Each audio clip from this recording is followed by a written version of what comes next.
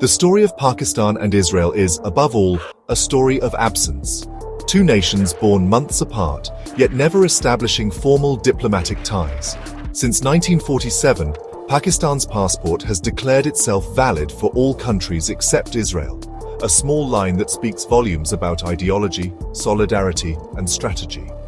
Pakistan's identity as a Muslim homeland and its leadership in the Muslim world have made support for Palestine a core principle, woven into the national narrative and public sentiment. The Middle East conflict is not distant for Pakistanis.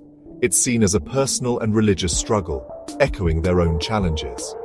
Yet, beneath the surface, there have been secret meetings, backchannel communications, and even military confrontations, revealing a more complex reality. Leaders have occasionally explored engagement, but public opinion and foundational policy have always pulled them back. Today, after the Gaza War of 2023, the idea of normalization is more remote than ever, as Pakistan faces mounting regional tensions and ideological commitments. To understand Pakistan's stance, we must grasp this history of absence, contradiction, and the powerful forces that keep the two countries apart. Pakistan's opposition to Israel began even before its own independence, with the All India Muslim League vocally rejecting the UN's partition plan for Palestine in 1947. Pakistan's founders saw Israel's creation as a Western imposition on Muslim lands, a narrative that resonated with their own experience of partition and self-determination. This early, principled stand, rooted in pan-Islamic solidarity and anti-colonial sentiment, became a defining feature of Pakistan's foreign policy and national identity, setting a rigid course for decades to come. For Pakistanis, the Palestinian struggle is deeply personal, tied to their own sense of pan-Islamic identity and the country's founding as a Muslim homeland. The status of Jerusalem and the Al-Aqsa Mosque holds immense religious significance, making the conflict a sacred duty for many. Parallels with Kashmir reinforce the narrative. Both are seen as Muslim populations fighting for self-determination against occupation. Support for Palestine is a matter of national principle, uniting political and religious groups across the spectrum. Public sentiment is overwhelmingly pro-Palestinian, with protests and media coverage reinforcing Israel as the aggressor. Any move towards normalization is politically toxic, as leaders know it would be seen as a betrayal of both Islam and the nation. The Palestinian cause is not just foreign policy, it's a pillar of Pakistani identity that no government can ignore. Despite official non-recognition, Pakistan's history with Israel includes moments of direct and indirect engagement, even military conflict. In the 1967 Six-Day War, Pakistani pilots flew for Arab states, with one reportedly shooting down an Israeli aircraft, a point of national pride. Yet, contradictions abound. In 1970, Pakistani officers helped Jordan suppress Palestinian militants, prioritizing state interests over ideology. Behind the scenes, there have been clandestine contacts and intelligence sharing, driven by shared security concerns. These episodes reveal a pragmatic side to Pakistan's policy, where real politics sometimes trumps public rhetoric.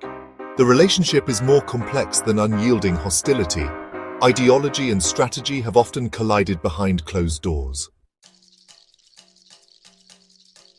The closest Pakistan came to a policy shift was under General Pervez Musharraf in the mid-2000s. In 2005, Pakistani and Israeli foreign ministers met publicly for the first time, with Musharraf suggesting recognition was possible if a Palestinian state emerged. The backlash at home was fierce. Protests erupted, and the idea quickly lost momentum. The Abraham Accords in 2020 reignited debate, as some argued Pakistan should follow the UAE and Bahrain in normalizing ties for economic and strategic gain. Yet, public sentiment remained the biggest obstacle, and leaders across the spectrum rejected normalization without a just settlement for Palestinians. For Pakistan, unlike some Gulf states, the Palestinian issue and national interests remain inseparable. The Musharraf era showed that even bold leadership could not overcome the deep-rooted opposition to Israel. normalization remains a political non-starter. The Gaza War of October 2023 silenced any remaining debate about normalizing ties with Israel. The conflict's devastation and humanitarian crisis galvanized Pakistani public opinion, leading to mass protests and a hardening of the government's stance. Officials labeled Israel's actions as genocide, and anti-Israel rhetoric unified political parties. The government's strong statements at the UN and talk of boycotts were as much about domestic pressure as foreign policy. The war erased any space for nuanced discussion, making unwavering support for Palestine the only viable position. As the conflict dragged on, Pakistan's position became even more entrenched. The events since 2023 have shown that, in times of crisis, ideology and emotion override any strategic considerations. Normalization is now off the table for the foreseeable future. In response to Gaza, Pakistan ramped up its diplomatic efforts, leading a UN resolution to halt arms sales to Israel, a symbolic but significant move. Domestically, calls for boycotting pro-Israel companies gained traction, with the government forming a committee to explore economic pressure. However, Pakistan's fragile economy makes a full boycott risky and difficult to implement. Strong rhetoric, like urging Muslim nations to sever ties with Israel, plays well at home and positions Pakistan as a leader in the Muslim world. Yet there's a gap between words and action. Few countries have followed suit, and the Organization of Islamic Cooperation remains divided. Pakistan must balance projecting strength with the realities of global economics and limited influence.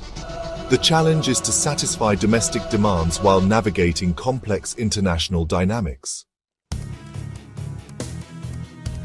The escalating Israel-Iran conflict has pulled Pakistan into a dangerous web of alliances and risks. As a neighbor to Iran with a large Shia population, Pakistan faces pressure to balance solidarity with the Muslim world, its ties to Iran, and the need to avoid regional war.